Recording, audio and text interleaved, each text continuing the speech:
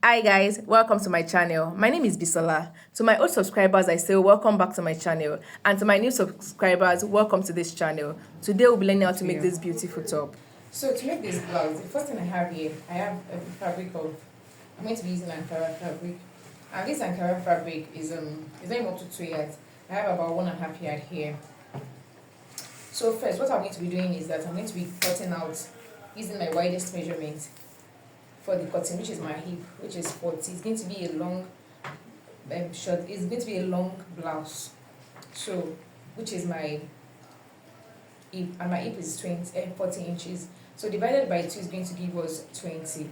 So I'll be adding to an allowance of 4 inches. And since there won't be zip at the back, so I'm going to be using what I used for the front as the same thing I'll use for the back. So for my sewing allowance for the front is 4 inches plus 20 inches, that is 24 inches. For the back also, I'm going to be using 24 inches because there's no zip allowance. If there was a zipper at the back, I'll have used plus 7 inches for the back. But since there's no zipper at the back, I'm going to be using 24 inches. So for now, I need 24 inches. So I'm going to measure out 24 inches twice. So that would be one for the front, one for the back.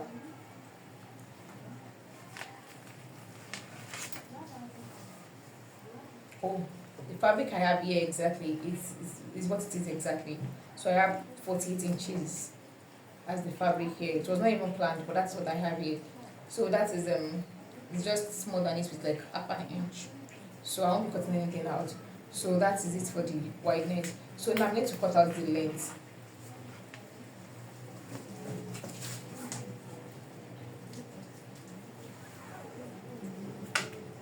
So I'm going to refold it up this way to cut out the length.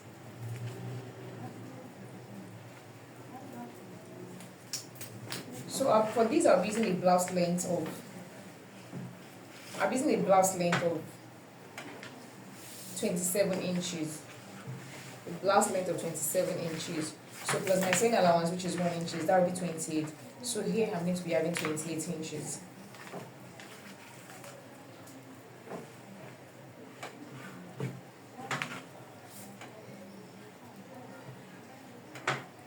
So 28 inches. 28 inches.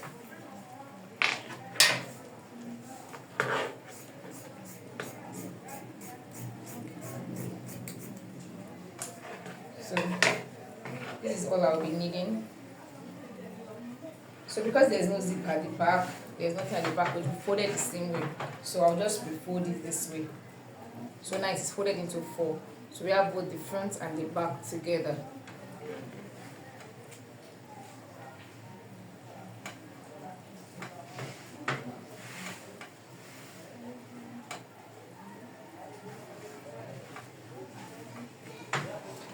So now here, the next measurement I'm going to take here now is going to be the back measurement, which is the shoulder measurement. So for my shoulder measurement, I have 8 inches. So I'm going to be inputting the 8 inches here now. And for the shoulder slope, I'll come down by 1 and measure it. So this is for the shoulder slope. Then for the neck, I'll measure 3. Then I'll connect the shoulder slope together. I'll connect from the 3 inches neck wideness to the shoulder slope. So that is it for the shoulder slope. So the next thing I'm going to be measuring now is the armhole. So to get the armhole, my bust is 40 also. So 40 divided by 4 minus 1.5 is what I'm going to use to get your armhole curve. So my own bust is 40 divided by 4 is 10. So I'm going to place 10 here. Minus 1.5, that will be 8.5. So 10 minus 1.5 is 8.5. So I'm going to try to locate where 8.5 is. This is more than you move it up. So you're able to achieve this is my 8.5 now. So I'm going to curve it this way and curve my armhole this way. So this is freehand method of cutting a simple blouse. If you are using a freehand method, this is a very free blouse. There's no dart, there's nothing. There's just a design which is curved at the edge of the side, at both sides of the style. So the next thing I'm going to do now is to increase my measurement. So I have a bust of 10 inches. So my ease allowance is just 1 inch. Then I'll add sewing allowance of 1 inch or so, or half, depending on whatever you want to use to join it. So that's it. So now I'm going to measure my shoulder to my waist. If you want it a little bit fitted at the waist, you measure shoulder to your waist, which is, for me, is 16. My shoulder to my waist is 16. So plus for up for joining the shoulder at the slope, you need to be having 16 and a half. So from there you measure whatever your waist is. My waist is 32. Divided by 4 is going to be 8. If you know, our fabric is folded into 4. That's why we're dividing by 4. So divided by 4 is going to be 8. Plus ease allowance, which is 1 inch. Plus sewing allowance 1 inch. If you want yours completely free, there's no need of taking your waist measurements. You just cut it out and that will be all. There's no need of shaping the waist in. But if you want to have a little shaping, you can do this.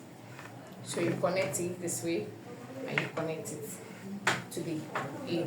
So that is that for that. So for the neck measurement, whatever you want to use for your neck, whatever design you want to use for your neck, if you want a neck that will just come down a bit with slits in front, whatever design you want, depending on what you want for your neck design. So for this one, I can try to go down by 3.5 inches. Then your wideness, you can try to increase the wideness of your neck. So you can make your neck whatever you want it to be. So, but whatever you're making your neck to be, you have to consider it entering the head. So whatever design if you're making a design that the neck is high, then you have to make it wide so that to be able to enter your head easily. And you need a slit at the back. But for this one, I'll be putting a slit at the back because I want the front to have a slit. I know for the picture there may be no slit in front, or there could be a picture that has slits in front. But for this neck, this is what it is. So I came down by 3.5, and the wideness I used there is 3 inches. So for the slit I want in front, whatever you want your own slit to be is what you make it. So for this slit, I'm going to be using a slit of 4 inches. So I'll just slit it. Yours, you can make it a V instead of slitting it. You can make it a V design and you connect it this way, whatever you want it to be. But for this one, I'll just be making a slit in front. So at the back, there will be no slit.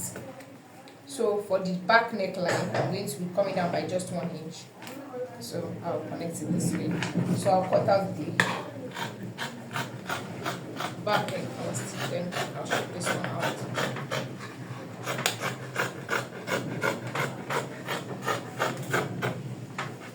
So if you want it free, completely free, there's no need of cutting anything at the side.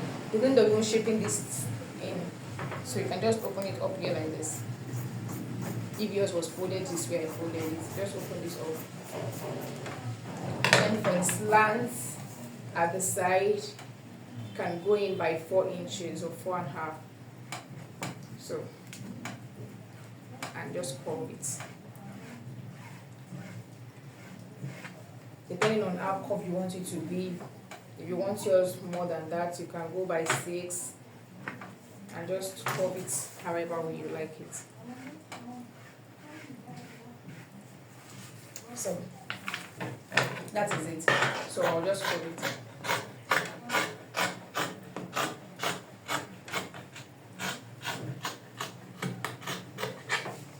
So that is it. So I'll separate this. I'll separate first from the back to be able to cut the front neckline.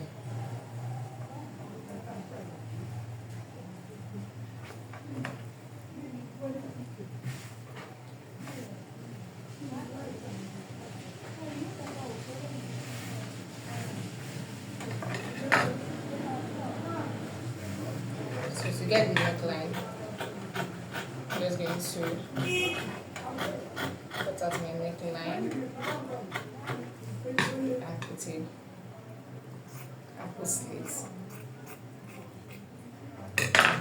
So that is it for that. So you can see what it looks like. So this is the front with the slit here, and this is the back.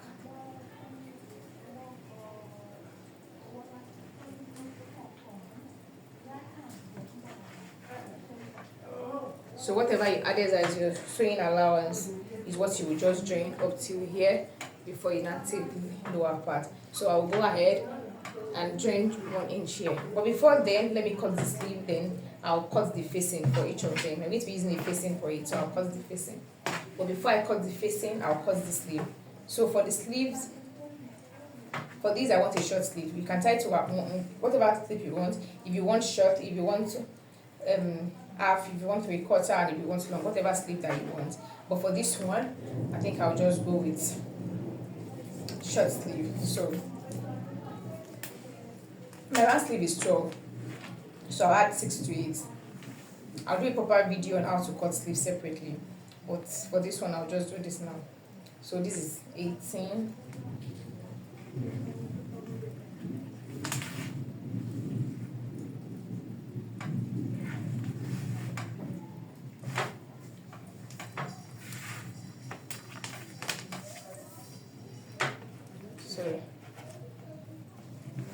So we have 18 here, and for this length we have 16. So that is if you want a long sleeve. You want a 3/4 sleeve. This should be like 3/4 length for me. So if you want 3/4 sleeve, this is 3/4 sleeve. So I'm just going to cut it out.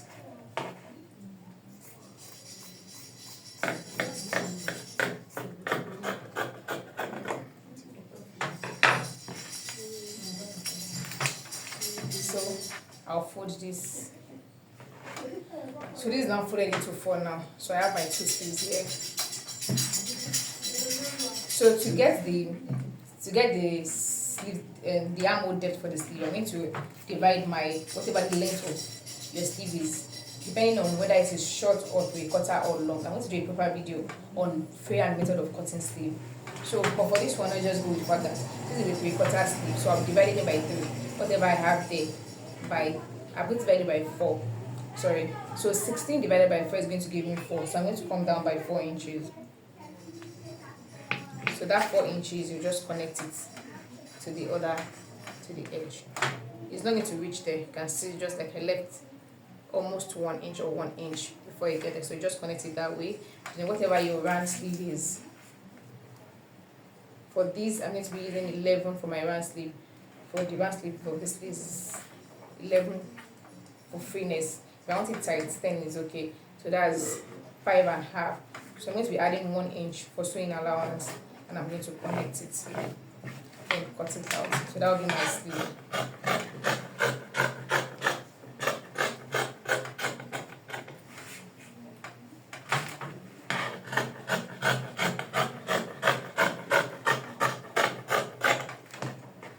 So this is my sleeves that I have cut out right now. So the next thing I'm going to do now is to cut the facing. So I'm going to be using this remaining fabric for the facing.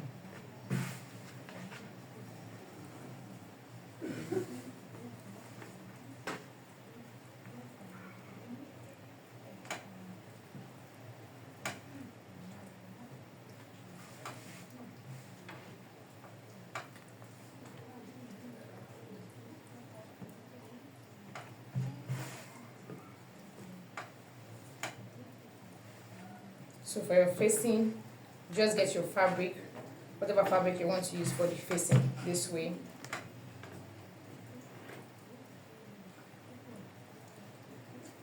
Then you place it on the fabric and just trace it out.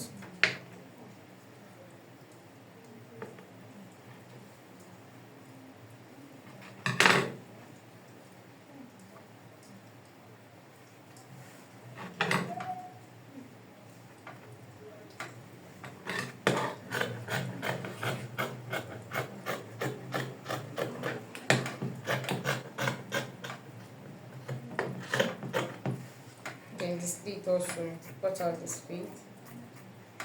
Then just trace out whatever you want to use as the whatever measurement you want to use for the wideness of the casing of the facing. Sorry. So just come down this way, just that, and cut it out.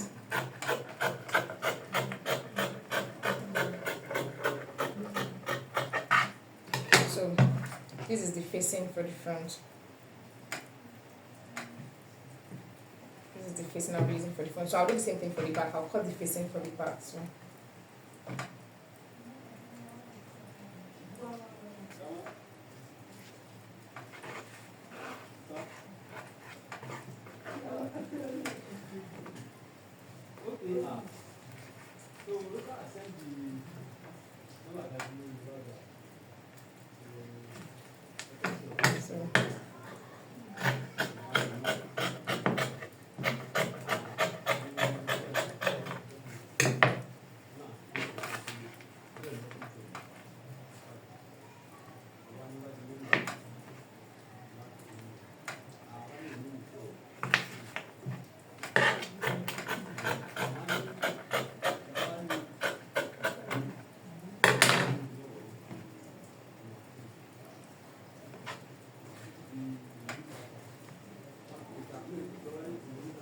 So we have the facing for the front.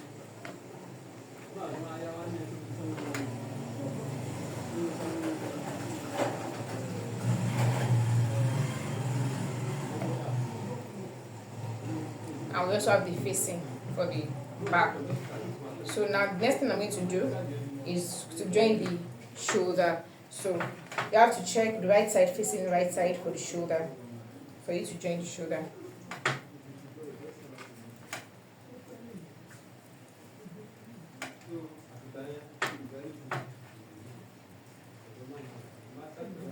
So right side facing right side now. I'm going to go ahead and join the shoulder. So after joining the shoulder, the same thing I'm going to join the facing too. The shoulder of the facing too. So I'm going to join that too.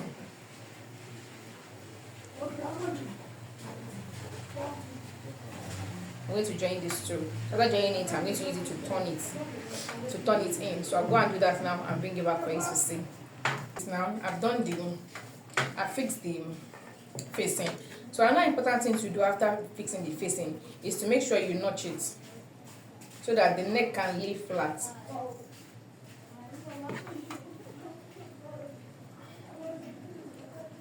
that the neck can lay flat.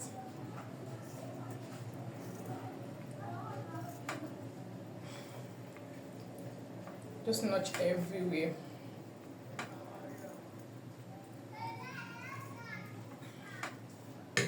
So after notching it, the next thing I'm going to do is to iron it. And after ironing it in like this, is either you hem it in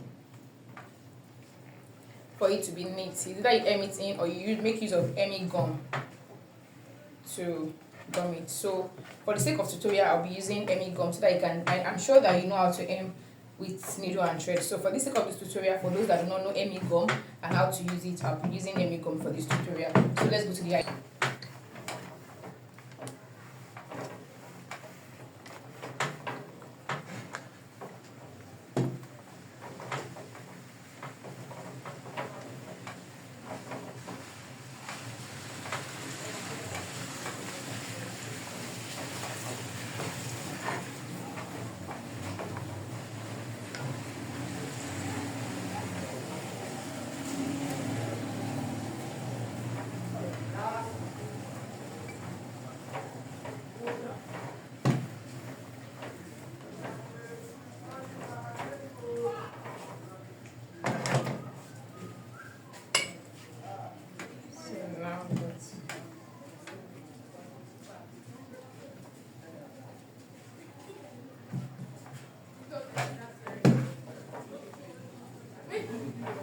The next thing after ironing it is to fix the hemming gum into it.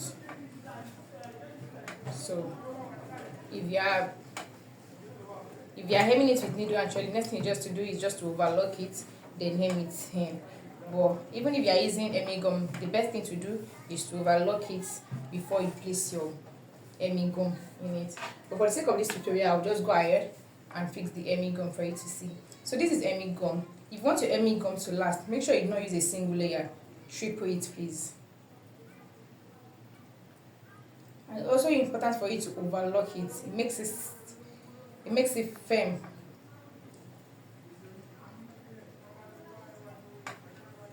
So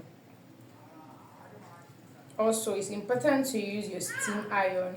I'm sure you can stick without steam iron. So I'm going to be using this dry to see whether it will stick without steam iron. So there's no water in this now, I'm just using a dry iron.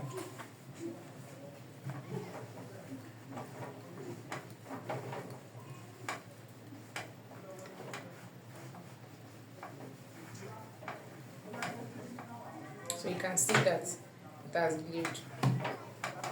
So even with your dry iron, you can just, if you don't have a steam iron, you can just wet it with water, then glue it.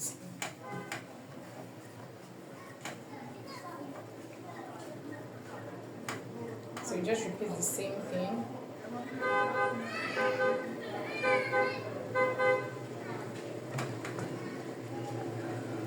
So I'm not aligning to reach the edge because I still want to tuck in the edge later. So that's why I'm not aligning to reach the edge. I won't want the edge left like that. But if that's how you want to give your own, you can just make sure your hemming.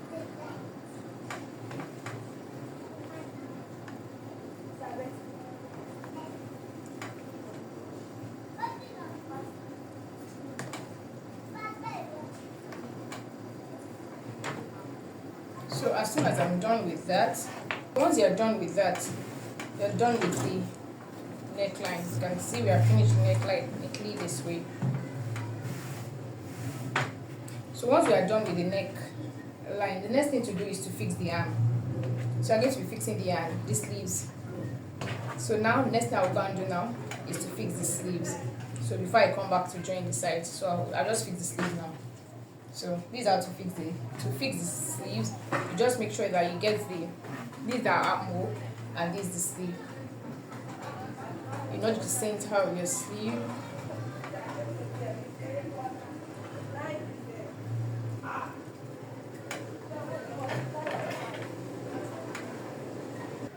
So the next thing to do is to notch the sleeve, the center of the sleeve. Then you're going to fix it all around. Just fix it. So I'll go ahead and do that now and bring it back. So now I've gone ahead to fix the sleeve. So this is the sleeve that I fixed. So the next thing I'm going to do now is to just shape it. So I'm going to go to the sides. So whatever you added as your sewing allowance when you were cutting, is what you're going to go and join together. So for me, I added one, so I'm going to go and sew 1 inch down at both sides. So I'm going to shape it with 1 inch and stop where the cup started. Then I'll tape this. I'll tape the rest. I'll tape the down part, and that will be it. So after doing that, I'll come and show you. Because I did not place the hemming gum well, I did not allow the iron to stay long. That's why it has not melted. That's why it's important for you to add water so that the hemming gum can melt into it. This is because I'm doing tutorial. When I'm done, I'll take time and press it down. I'll leave it before pressing it down. So this is it. This is the finished look of it. So we are done with this now, and I'll wear it so that you can see it fitting. So this is just how to make a simple top. So the next video that I'm making is how to make a crop top, a simple crop top. So if you're interested in that, check the next video.